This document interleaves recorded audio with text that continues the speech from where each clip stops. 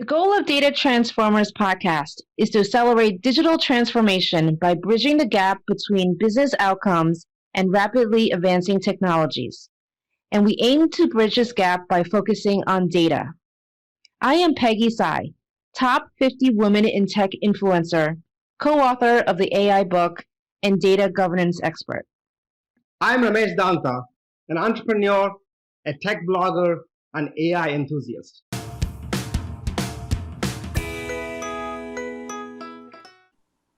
Hello, everyone.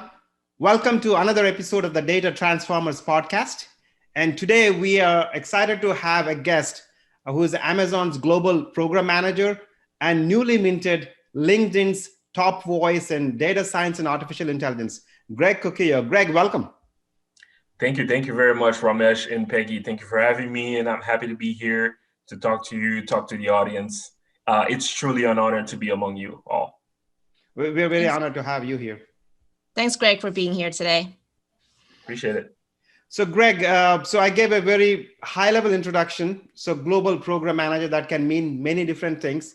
Looks like your background originally is in the operations and process side of the world. So why don't you, in your own words, let us know and let the audience know what you do?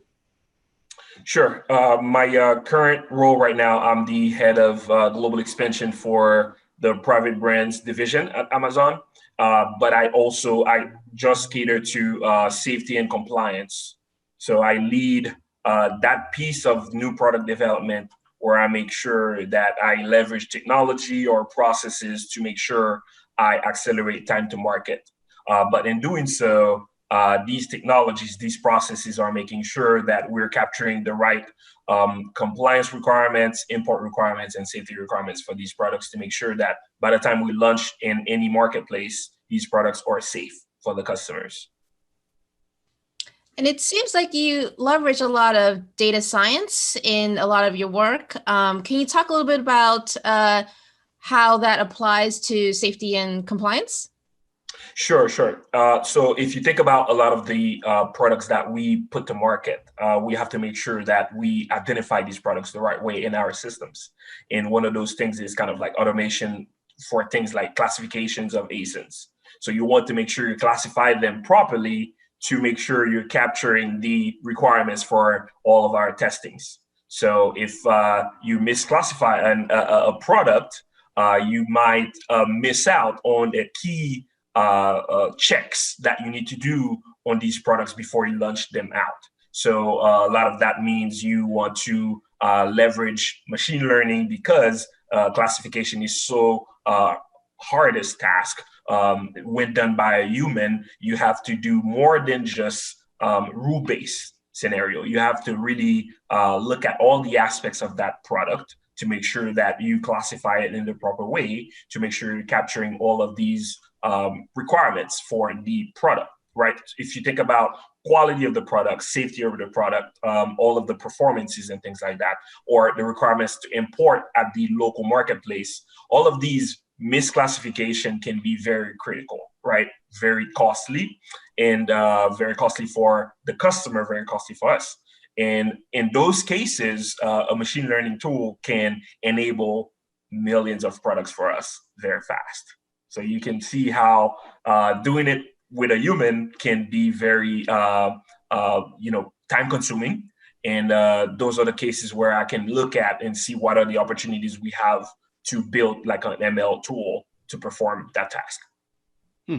So Greg, on this AI ML journey that you just talked about, what is your assessment of the maturity level in terms of, so let's talk about two different things. One is the data side of the world, and the other one is the models, right? And the classification labeling that you just mentioned on the data side, if you're comfortable talking about, it's very mature that you're able to get quality data, or you're the beginning on their journey? So for me particularly, I'm at the beginning because I'm trying to drive my department this way, simply because this is something I'm certainly interested in, highly interested. But where I'm lucky is that I work for a company who's already deployed these systems for other use cases. If you can think about how big this company is, there's a lot going on. There's a lot of built-in tools and products that we sell out there, that we use internally, that are tackling a lot of use cases. So I'm just here to shop around and make sure that I take the group that I represent in that route too. So that's all I'm doing. And I think everyone certainly knows Amazon is certainly the leader in AI machine learning. I mean, we all have an Alexa unit, and I certainly talk to mine almost every single day. So can you talk a little bit more about, you've been at Amazon for about a year, I believe. Talk about some of the things that you're looking to do next year as well. I mean, building upon classification, and certainly we all know that's in the data science world, that's really quite a big effort. I mean, what other challenges are you also tackling as well? So a lot of the other tackling issues are around, really it's about drawing the map of all of our processes and clearly defining the line between whether machine learning is needed or whether a simple process is needed. Sometimes if it's a rule base where you just need to say if, then you don't really need machine learning for that, right? So separating those processes is key. So next year, this is what I'm looking to do. Separating those two, making sure that I address them both, but in a very strategic way. So, and all of that has to be done by focusing on what the customer really needs, right? So for the pain points, typically a customer would say, oh, I need a machine learning tool to make that happen. Then it's my job to take a look at that and say, okay, this is just rule-based. Just set the threshold to this, and this is what the result should be. Now let's put that aside. Now there are things that are core machine learning, so that could leverage optical character recognition, image recognition, and things like that. Those are the things that I want to focus in for our use cases. So sometimes, if I can think of one, is we want to make sure that when we have contracts, and I don't want to say too much into it, when you have contracts with someone, we give them a permission to sell in certain marketplaces. So how do we automate a scan through of our products in all the marketplaces to make sure that they are in fact doing business in the marketplaces where we allow them to do business in, or so we can capture them if they are saying, for example, doing business in a country that they don't have approval to do so. So those kind of tools are the ones that I'm looking for in terms of scanning a full Amazon website, for example. Look for my products and make sure that they're not enabled in territories that are not allowed to do business in, right? So if this particular product is not supposed to sell in India, for example, how do I stop it automatically? Instead of having somebody going through the detail pages at Amazon.com one by one, which is a very slow process. Those are the use cases that I would need to use to make sure I capture those. Brand, what do you say? So some people are copying the brand, or the logo characteristics, the logos. So you could steal a logo and make it seem like you're selling under some sort of brand. You could either put a lot of people on the Amazon website to look for these fake brands, or you could automate it through machine learning with image recognition. So those are the things that I'm looking forward to do. So good. Actually, Greg, you're getting into very specific challenges here, because there is the highest level. There is this thinking that AI/ML could be a hype, right? Like there are lots of other things that have come and gone. But once you get into the next level, there are really benefits that businesses are getting by implementing specific areas. Robotic process automation is really proven to be very successful and beneficial to businesses. And the things that you mentioned are figuring out if it's rules-based or ML. And once you do that, then it could be beneficial in some areas, right? So the other thing is also the classification that you talked about. Can you lay out these challenges that organizations have to go through to, number one, to start on AI/ML projects, right? How what are the use cases that you have seen that are most beneficial to organizations? Number two, is that in getting those projects going, like what kinds of data challenges that they may run into that they should be aware of? Yeah. So nowadays, the big data service providers, they are pushing for movement into the cloud, and we're going to see that continue next year. But in doing so, what I would advise a lot of customers or companies to do is to start small. Understanding the pain points, the list of pain points that they have, and truncate them into different departments. So if you look at finance, what are the pain points inside of finance? If you have a supply chain, what are the pain points inside of supply chain? And take a look at how it can be solved. If ML is a solution, then you start with the whole process of identifying what problem you have in supply chain. Then you understand where that data comes from. So you want to know where those transactions are coming from and how they're collected. Now, once you know where they're collected, then you can do some exploration of that data. And you also want to understand how you store those transactions as well. So a lot of companies, they look at artificial intelligence in a way where it's a robot taking over. I think what we'll see is adoption by small, medium-sized companies. Adoption in the sense of the big service providers will create some more of an artificial intelligence as a service where they can leverage that and add on to their existing services, right? So the key point here is to take a look at something like supply chain, for example. Mm-hmm. Where am I losing money? How can I leverage some of these ML tools to reduce cost? This is the biggest bang for the buck. That's the way I understand it. Greg, and I love how you talk about, really identifying the problem and simplifying it, and not always applying a jackhammer where a hammer is, sufficient. So, I mean, I hear it all the time when people always want to just apply a multi-regression model when a simple linear model is sufficient sometimes. So want to know more about how did you get your knowledge of data science? Because you must have a very strong grasp in order to be able to differentiate and separate these type of problems.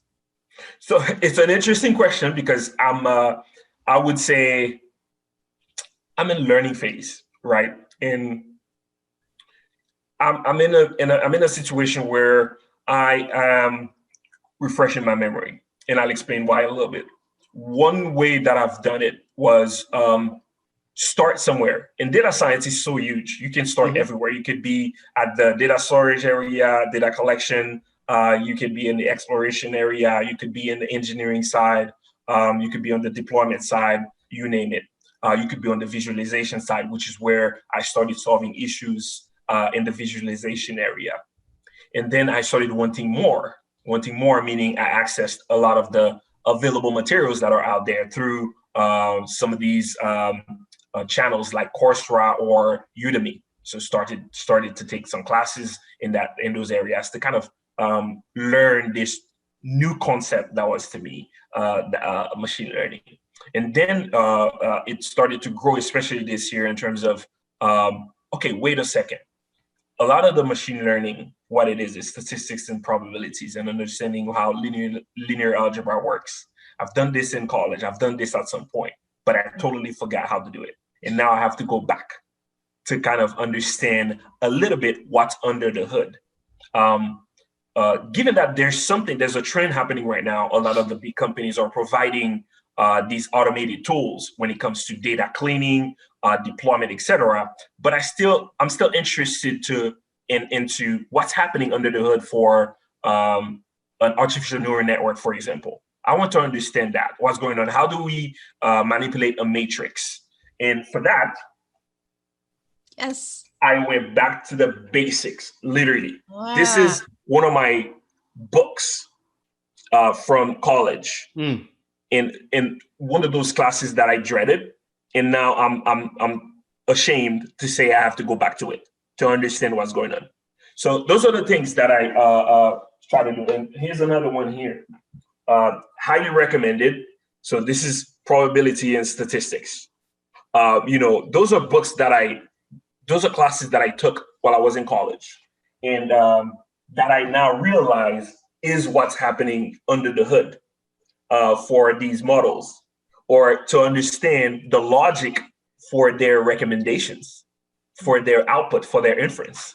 So to me, I wouldn't say I'm an expert, not at all. I'm still on the learning journey, trying to understand. And my goal is to be able to discuss, leverage my business knowledge, talk to the business side, but also being able to translate that into technical requirements and be able to have key conversations with technical teams like data science teams. So that's so Greg, thank you for pointing out those two books there's nothing to be ashamed of. We keep going back to the books because that's where the foundation of the knowledge is. I think you should be excited that we are going back into the books.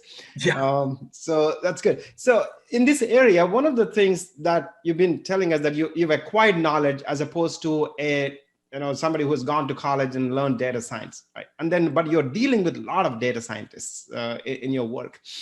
So again, digging into the same area of how you're dealing on the business side, you bring in the business problems and talking to the data scientists. And one of the things that I have noticed in the past is the clash of knowledge in terms of, who, like you come from a business knowledge and the technical person purely thinks of the technology, technical. So in the realm of giving advice to people so others can learn, what kinds of challenges have you faced with respect to data culture, with respect to data literacy, and then also culture of a business versus technology, talking the communication aspect of it between these two teams?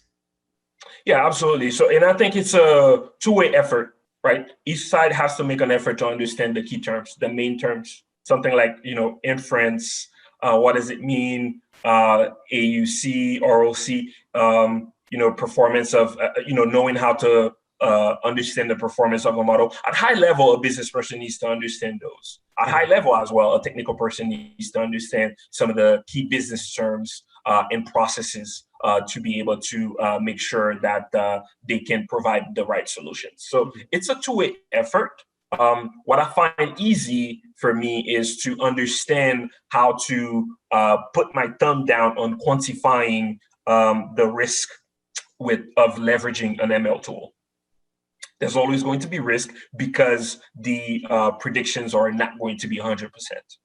And because of that, if the accuracy is, say, for example, 98%, and the 2% of time where they're wrong, can I support that? Can I survive? Can my business survive with that 2% error? This is where both teams are able to come in and understand what needs to be done. So if something that you're trying to increase for example, education problem or something like that, how can you set that threshold to make sure that you are accepting when false positives are increasing, right? So, who do you favor? Do you want to focus on false positive, or do you want to focus on false negative? It depends on the use case. And when they do happen, can you support it? Can you survive? How costly is it for you? So those are the conversations that need to happen between the two groups. And again, it goes case by case because the focus on the performance of a model will vary with the use case. And with that, it's a conversation all around with both groups. Now, one thing that I see is the technical team will always ask you, so are you okay with 98% performance? Because that's the best we can get, right? If you want me to reduce that, you get more of this, more of this. So it's kind of like, how do you create that balance and make sure you understand why, right? And the other thing too is documentation. Documentation is key. Why did we choose to settle with a 97% accuracy, right? Why couldn't it be 98? Something like that, right? Understanding why we took those decisions is key as well. So we talked to Ramesh and I in our podcast. We talked to a lot of data scientists who work in more regulated industries, and documentation is certainly a key part of audit process. In technology and other industries, is there still such a rigor? It sounds like there is, but can you talk about the rigor that you hold yourselves to when it's a more of a non-regulated industries?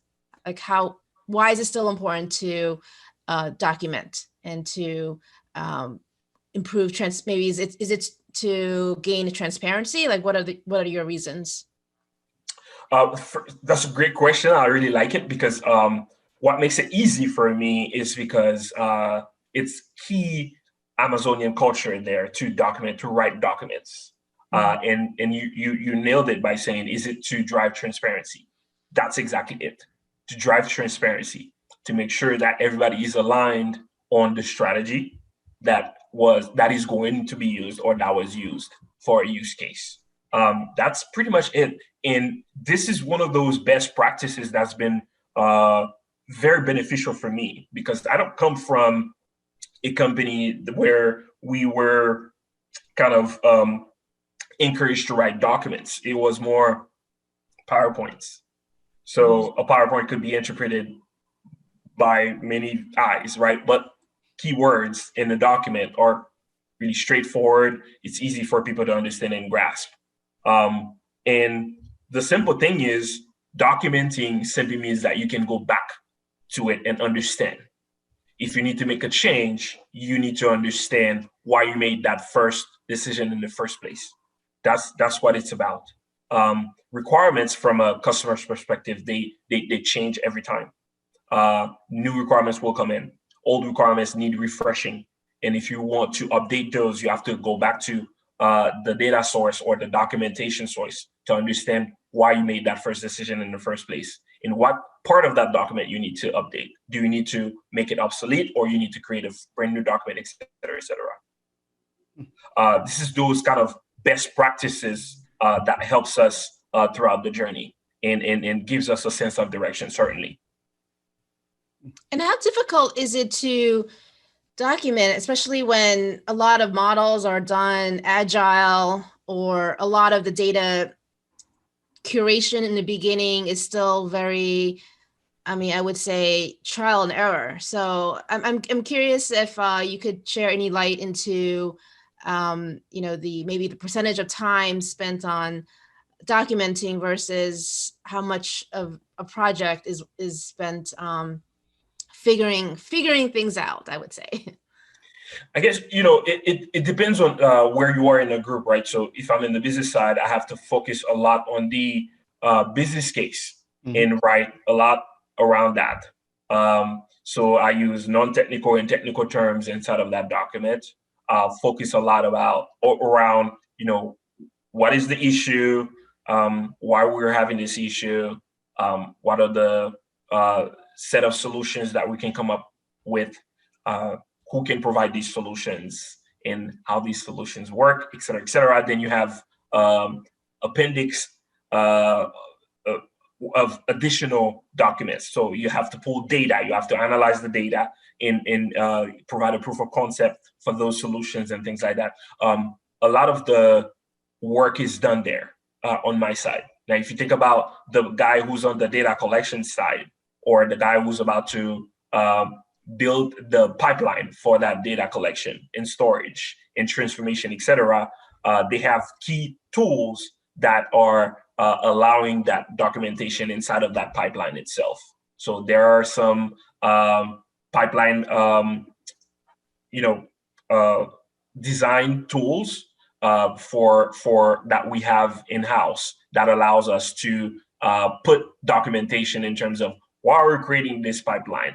Where is it going? How does it flow? How does it flow to the next storage and why, et cetera, et cetera. So they do their own documentation in that sense too. So throughout the whole project, you have different teams documenting where. Now, if, for example, part of the solution is creating a dashboard, for example, how do we document why we designed this dashboard a certain way, right?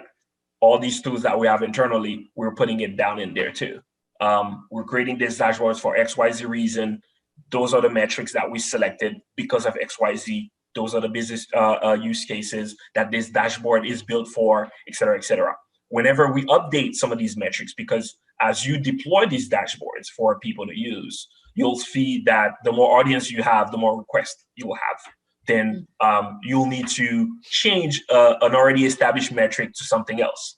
Yeah. Let's not lose track of why we switched it from X to Z, right? So let's document that as well. So that's why documentation is key. And it's a very tedious, ongoing thing. It's never ending. As long as you're still enabling that program, that process, that tool, you have to continuously keep your documents updated. That's very interesting. Actually, and also in terms of more people will have more questions, so better to document why you made the decisions. Thank you for listening to today's episode. If you liked what you heard today and would like to hear more, please subscribe to our podcast on your favorite player like iTunes and Spotify. And please do rate our podcast. Also, please go to our website, www.datatransformerspodcast.com for more episodes, blogs, and information on our speakers. Thank you.